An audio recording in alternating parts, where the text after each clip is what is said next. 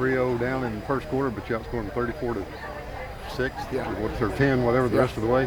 Turn it on when you need to. Yeah, and that first quarter was a little frustrating because we had a great first drive. We stopped them, got a great first drive. We just missed a field goal, kind of stalled out late in that drive, and then we only had one other possession, I think, in the first quarter, and so. It looked like we started slow, and obviously having no points in the first quarter, you did.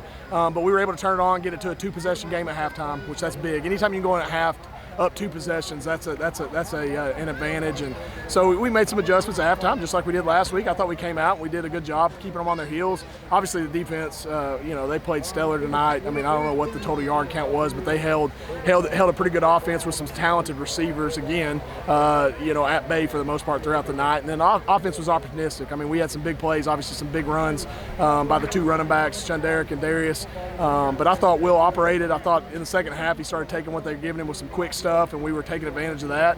But a lot to work on. I mean, look, and I told our guys, there's nothing. We ought to be proud of this win. This is, you go in Division One game on the road, 6 hours away. Their first home game. There's a great crowd.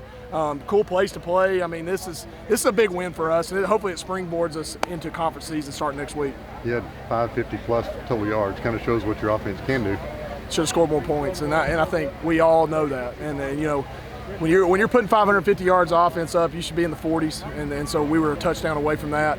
And we missed 2 field goals, and or had one blocked and missed one early. We've got to shore that up, and I don't know what the breakdown was or what the issue was, but we'll figure that out tomorrow.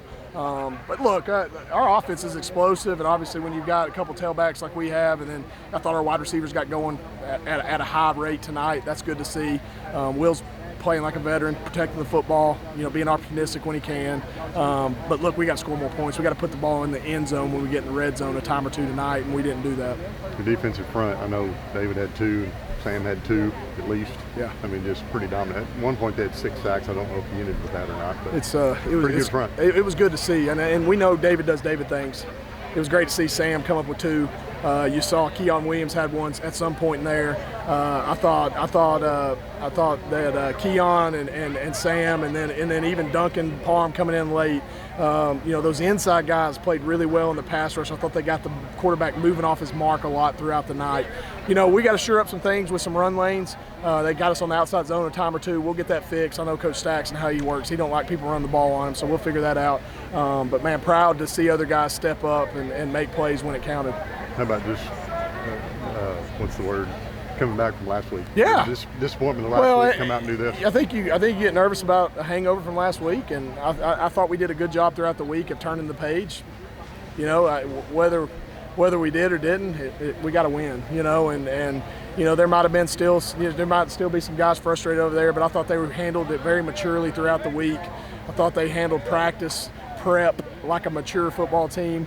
And look, time heals everything. As the time goes on, we'll forget that more and more. I don't know that I will, but we'll forget it, and we got to move on. And I told them tonight that when we come to work tomorrow, the intensity's got to ratchet up. It's a conference game. It's conference week. So we obviously get an opportunity to be at home for the first time on the stripes in 2024, and hopefully we'll have a great crowd out to watch a top 10 team play against Austin Peay, who is defending conference champions in our league.